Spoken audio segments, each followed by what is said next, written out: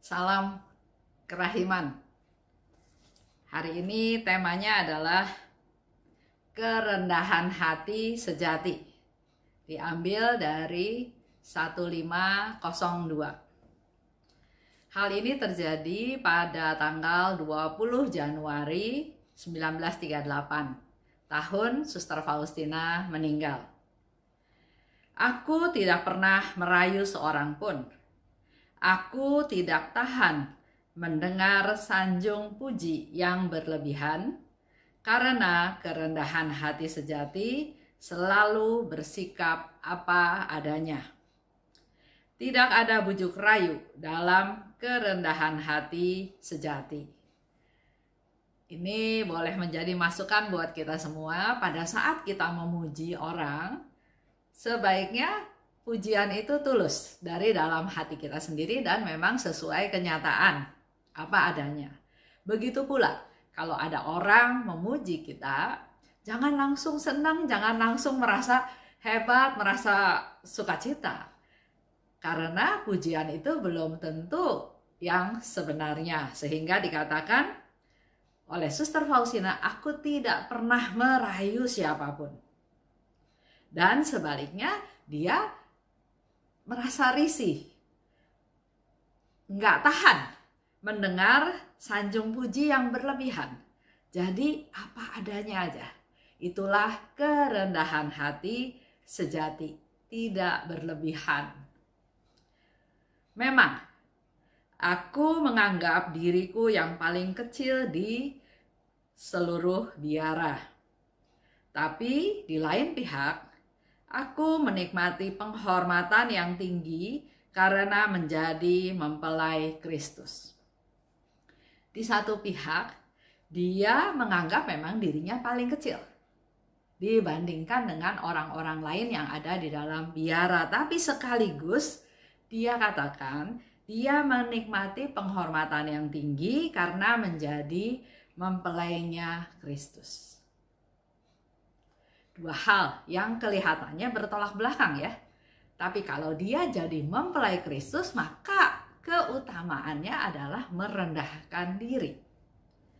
Aku tidak pedulikan yang sering ku dengar diketahui orang bahwa aku ini sombong. Karena aku tidak menghiraukan penilaian manusia yang tidak melihat dengan cermat motif yang ada di balik tindakan-tindakan kita. Sering juga dalam hidup kita sehari-hari, kita berbuat baik. Tapi orang bisa menilai hal yang lain. Contoh misalnya di kantor. Karena ada orang yang kelihatannya kurang mampu, kita bermaksud membantu dia. Membantu dia dengan memberikan pekerjaan-pekerjaan yang syukur-syukur melalui pekerjaan tersebut dia jadi belajar. Tapi penangkapan orang, penilaian orang beda. Udah tahu orangnya baru, belum bisa apa-apa, disuruh ini, disuruh itu. Mereka nggak bisa terima. Pernah juga di kantor, ada seorang ya levelnya sebetulnya masih level office boy. Bukan karena dia ingin posisi itu, tapi karena memang tidak ada lowongan lain. Lulusan SMA. Sekarang susah ya, dengan lulusan SMA, dengan lulusan sarjana pun kadang-kadang susah mencari pekerjaan. Nah, dia lulusan SMA, dia akhirnya mau nggak mau menerima posisi yang ada di kantor, lowongan yang ada sebagai office boy. Dia bekerja, dia rajin bekerja, dan kita melihat ini anak punya kemauan untuk maju. 2-3 orang di dalam kantor mengusulkan untuk dia dikasih pekerjaan yang tidak hanya pekerjaan office boy. Mulailah dibilang, kalau kamu mau belajar komputer, kamu harus lembur. Nanti saya kasih kerjaan, nanti diajarin bagaimana cara memakai komputer dan seterusnya. Dia menikmati. Tapi apa yang dikatakan oleh orang lain? Oleh divisi lain. kebangetan ya. Sudah jam pulang dia masih harus kerja. Dia nggak boleh pulang. Dia masih harus mengerjakan yang sebetulnya bukan pekerjaan office boy, tapi disuruh kerja. Nah, kalau mendengar penilaian orang, mungkin yang diambil kesimpulan ya sudahlah, pulang, selesai. Tapi karena dia tidak peduli pada omongan orang, biarinlah orang mau nilai apa. Yang penting saya, teman-teman, divisi saya mau menolong dia mengangkat ilmunya, derajatnya, supaya suatu hari dia jangan jadi office boy lagi, dia bisa menjadi staff. Kan ini berlangsung terus dan memang ternyata dia punya kemampuan.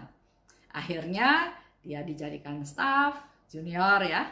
Perlahan, dan sekarang posisinya sudah senior, sebagai staff senior. Bahkan saya dengar terakhir dia sudah di level assistant manager. Nah itulah, kembali lagi apa yang dikatakan oleh Suster Faustina. Nggak peduli orang mau ngomong apa, mau bilang saya sombong. Saya juga nggak mau menghiraukan penilaian manusia, karena manusia hanya melihat apa yang tersurat. Disuruh-suruh, sudah lembur, dibiarin kerja, bukan pekerjaannya tapi dia disuruh kerja, jadi yang dilihat adalah hal-hal yang tersurat. Padahal di dalam tim saya ingin mengangkat dia karena dia punya kemauan, dia punya keinginan untuk jangan jadi office boy aja. Begitulah realisasi, atau bukan realisasi ya, realitas kenyataan yang ada di masyarakat di sekeliling kita. Sering dinilai hanya dari yang tersurat. Pernah juga misalnya dalam komunitas, ada teman yang berusaha ya, berjualan makanan di pasar. Karena mungkin butuh modal, maka dia pinjamlah dari rentenir. Tanpa kita anggota komunitas tahu. Ya mungkin sebagian tahu, tapi memang juga tidak bisa bantu ya. Sampai akhirnya lama-lama akhirnya menjadi hal yang ya kita harus perhatikan nih. Kalau dia kerja, sehari-hari dia kerja, dia cuma untungnya habis untuk bayar bunga dari rentenir yang bunganya sangat tinggi, ya kasihan kan? Nah, ada inisiatif ya dari saya. Saya panggil dia, saya tegur dia, karena kenapa pinjam uang sama rentenir? Kenapa enggak mencoba pinjam di antara teman-teman di Lumen, atau juga barangkali di antara kita salah satu bisa bantu, atau juga kita sebetulnya punya yang namanya tabungan Siluti. Nah, tabungan ini sebagian anggota menabung, sebagian anggota bisa memakai dana tersebut untuk ya keperluan lah ya. Itu yang kita jalankan dalam komunitas. Saya merasa berbuat baik. Saya panggil dia, saya tegur dia, bahkan saya panggil anaknya untuk menjadi saksi bahwa utang mamahnya saya bayarin, kita ya komunitas bayarin, supaya dia tidak utang pada rentenir lagi, tapi utangnya biar ke komunitas saja. Tujuannya supaya jangan untungnya habis hanya untuk bayar bunga yang tinggi. Apa yang terjadi? Terima kasih. Enggak, marah dia. Dia di luaran ngomel. Dia katakan, apa haknya Esther marahin saya? Yang utang saya, yang susah saya, kok dia ngatur-ngatur saya? Saya mau pinjam dari rentenir, saya mau pinjam dari siapa? Itu hak saya. Loh, saya kaget. Tujuannya baik, supaya dia jangan terikat, terjerat, gali lubang, tutup lubang dengan pinjaman rentenir. Tapi yang terjadi adalah hal seperti itu. Pertama, dia sudah tidak datang lagi ke komunitas karena marah. Yang kedua, saya pun dimarahin sama teman yang lain. Goblok lu Esther, katanya gitu ya. Karena kita sudah akrab, jadi dia tegur saya seperti itu. Kalau orang nggak minta tolong, jangan ditolongin. Buktinya, lihat, kamu sudah tolong dia nggak terima kasih. Malah di luaran jelek-jelekin saya. Terus saya pikir, ya betul juga. Mungkin pertama memang bukan urusan saya ya. Dia nggak minta tolong, kenapa saya yang jadi pusing? Dan yang kedua, mungkin juga cara saya. Karena saya melihat dia salah, ya saya tegur. Tegur dengan keras, tujuannya supaya jangan pinjam lagi. Tapi ternyata akhirnya saya dengar, saya sengaja pinjam uang dari rentenir. Itulah yang memotivasi saya untuk cari uang untuk bayar utang. Waduh, kaget lagi dengan motivasi seperti itu ya. Tapi karena kita sudah bayarin utang dia ke rentenir, maka setiap bulan ada teman yang baik hati, yang menagih, mengumpulkan uang dari dia supaya uangnya jangan terpakai untuk hal-hal lain. Perlahan demi perlahan, bulan demi bulan, bahkan mungkin lebih dari 1 tahun, akhirnya dia bisa menyelesaikan utangnya.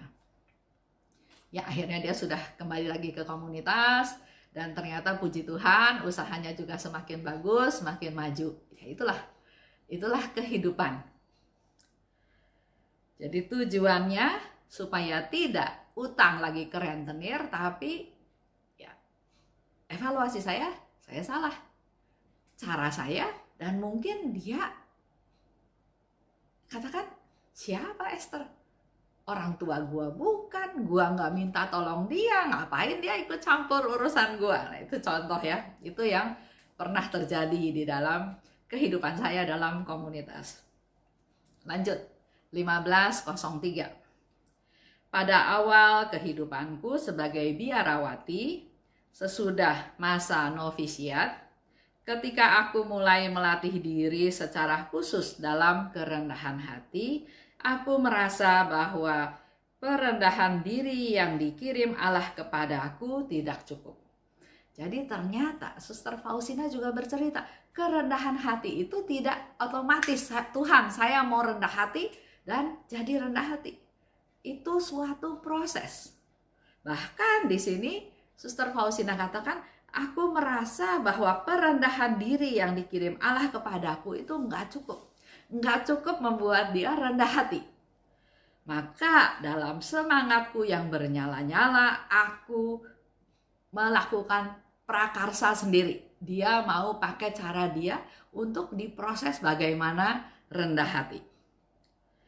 Aku mencari bentuk-bentuk perendahan diri yang lebih berat. Dia berusaha mencari. Dan di hadapan para superior, seringkali aku menampilkan perilaku yang berbeda dengan keadaanku yang sesungguhnya, dan sering aku berbicara tentang kepapaan yang sesungguhnya tidak ada padaku. Dilebih-lebihkan ya kesimpulannya. Jadi apa yang dilakukan oleh Suster Faustina atau dikatakan dilebih-lebihkan dengan harapan dia mau menunjukkan itulah proses perendahan diri dia. Tetapi tidak lama kemudian Yesus mengajarku bahwa kerendahan hati yang sejati adalah bersikap seperti apa adanya. Nggak usah overacting. Bersikap saja seperti apa adanya. Itulah kerendahan hati yang sejati.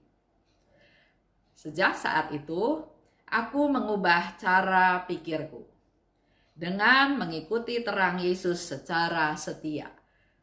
Mengandalkan Tuhan, fokusnya pada Tuhan Yesus, jadi bukan atas inisiatif sendiri, tapi mengandalkan Tuhan. Dan dikatakan lebih lanjut, aku mengerti bahwa kalau suatu jiwa bersama Yesus, Yesus tidak akan membiarkan dia sesat. Kalau suatu jiwa bersama dengan Yesus, maka menjadi satu jaminan Yesus tidak akan membiarkan kita menjadi sesat. Itu aja untuk hari ini. Salam kerahiman.